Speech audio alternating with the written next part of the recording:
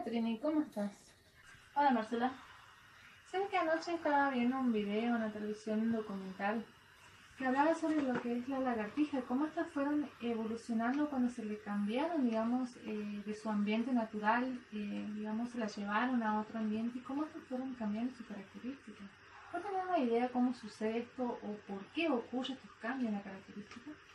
Bueno, cuando se la lleva la lagartija a otro hábitat, esta lagartija se tiene que adaptar a ese nuevo hábitat. Entonces, la lagartija tiende a cambiar y cuando cambia, evoluciona. Para explicarte mejor, vamos a tomar las dos teorías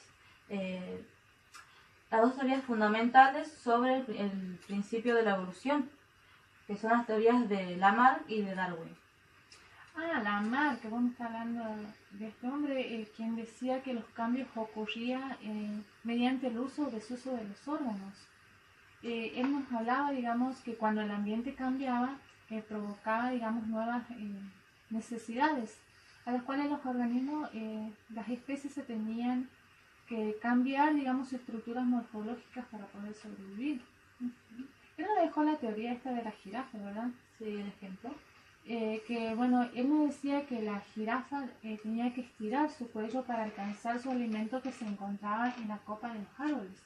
Y debido a este esfuerzo que ellos hacían por alimentarse, sus cuellos se iban alargando longitudinalmente, digamos, y fueron adquiriendo estas nuevas características. Estas características ellos le transmitían a sus descendientes, ¿verdad? Bueno, está bien lo que dijo Lamarck, pero yo te doy un ejemplo y vos me vas a decir si todavía seguís apoyando esta teoría. Si vos estás embarazada y haces pesas, ¿esto significaría que tu hijo puede salir como Arnold Schwarzenegger? Y si vamos a la lógica, no, es algo imposible eso. Bueno, precisamente por el ejemplo que yo te estoy dando, es que Darwin se contrapone a lo que dice Lamarck. Darwin descubrió que las especies evolucionan a través del tiempo, debido a un ambiente cambiante y también debido a un ancestro en común. Como por ejemplo, nosotros fuimos cambiando de generación en generación. Eso es lo que él, o quién era que nombró esa la teoría sobre lo que es la selección natural. Exactamente, fue Darwin quien propuso el proceso llamado selección natural, que la selección natural es la base de todo conocimiento evolutivo. Esta selección favorece a las especies, a las características de una especie cuando pasa el tiempo, dando lugar a nuevas generaciones con características mejoradas.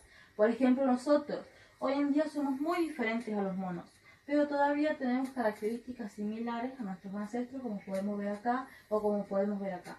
Nosotros, a través de cada generación, fuimos mejorando. Decime, a ver, ¿no te parece que tantas teorías es como que no nos lleva a nada, digamos? ¿Qué te parece si vamos a recorrer los campitos acá alrededor a ver cómo podemos observar cómo los animales se van adaptando al medio en el que viven? Bueno, vamos. ¿Sabías que para hablar de una población en evolución lo podemos analizar desde un ámbito ecológico? Es decir, que la población hace referencia a un grupo de individuos de una misma especie que habitan dentro de una misma zona geográfica. También lo podemos ver desde el ámbito de la genética, donde un grupo de individuos comparten un acervo genético común y tienen la posibilidad de aparearse entre sí. Es decir, que la población es un grupo de individuos de la misma especie que vive en un área determinada y son capaces de aparearse entre sí, compartiendo un acervo común de genes o poza génica, la cual se trata de la información genética que esta población posee. Es útil conocer la frecuencia de alelos particulares dentro de una población. Esta información nos permitirá calcular el fenotipo de poblaciones futuras. Por ejemplo, si sumamos los alelos de los genes en su totalidad de esta población, como por ejemplo el color de su pelaje, podremos calcular el fenotipo de sus descendientes, los cuales son los caracteres visibles. También los podemos estudiar a partir de las leyes de Mendel. En otras palabras, la evolución no es más que otro cambio en la constitución genética de las poblaciones al paso del tiempo.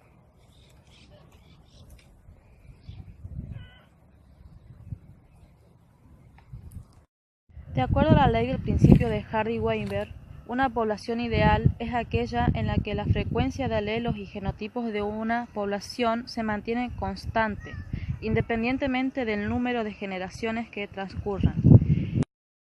En este caso, la población se mantiene en equilibrio genético, en tanto no debe haber mutaciones, no debe haber flujo de genes. Esto se da, cuando un individuo pasa de una población a otra, se cruzan y se transmite un alelo de una posa génica a otra.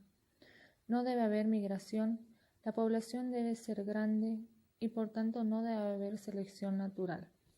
Todos estos cambios suceden en virtud de un proceso llamado deriva genética. Por ejemplo, si los individuos de una población son genéticamente idénticos, tiende a reducir su variabilidad. En caso contrario, la población aumenta cuando llega a tener evolución en las frecuencias alélicas, como resultado por azar. Si traemos una vaca de color blanco o de color marrón, tiende a mejorar su variabilidad y entonces podríamos decirse que puede haber evolución. Hay dos casos de variabilidad genética. Una es conocida como el cuello de botella. Si una población reduce la cantidad por caza excesiva, solo queda poco individuo para optar genes a la población futura, y en este proceso provoca cambio en la frecuencia de alelo y reduce la variabilidad. La otra es la selección natural, que favorece al éxito reproductivo de los individuos y actúa directamente en el fenotipo, es decir, en los caracteres visibles. Según la teoría del neodarwinismo, la síntesis de la evolución ocurre a nivel población. Si la frecuencia de alelos cambia de una generación a otra, quiere decir que hubo evolución, es decir, hubo cambio en la posa génica al paso del tiempo. En consecuencia, esto sucede por tres procesos naturales. Una es la variación genética, los cuales pueden mejorar o afectuar el desarrollo de los organismos. 2 es la herencia de las variaciones, la transmisión de caracteres adquiridos a sus descendientes. Y 3 es la selección natural, proceso en el que los organismos mejor adaptados pueden sobrevivir y reproducirse. Los organismos tienen diferentes modos de adaptarse al ambiente. Uno de ellos es la competencia.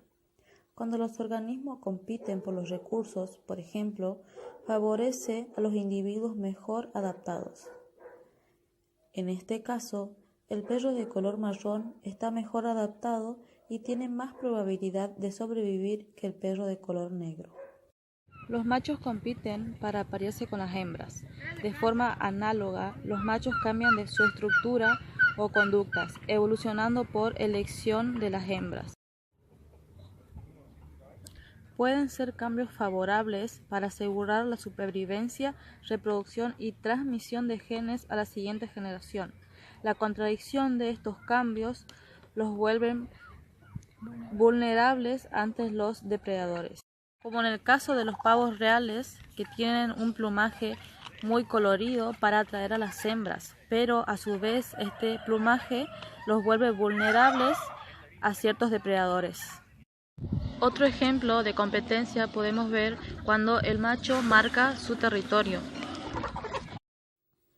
Otro modo de adaptación es el comensalismo. Es cuando una especie se beneficia de otra sin causarle daño. Por ejemplo, las aves se benefician de los árboles para hacer sus nidos, pero el árbol no sufre daño alguno.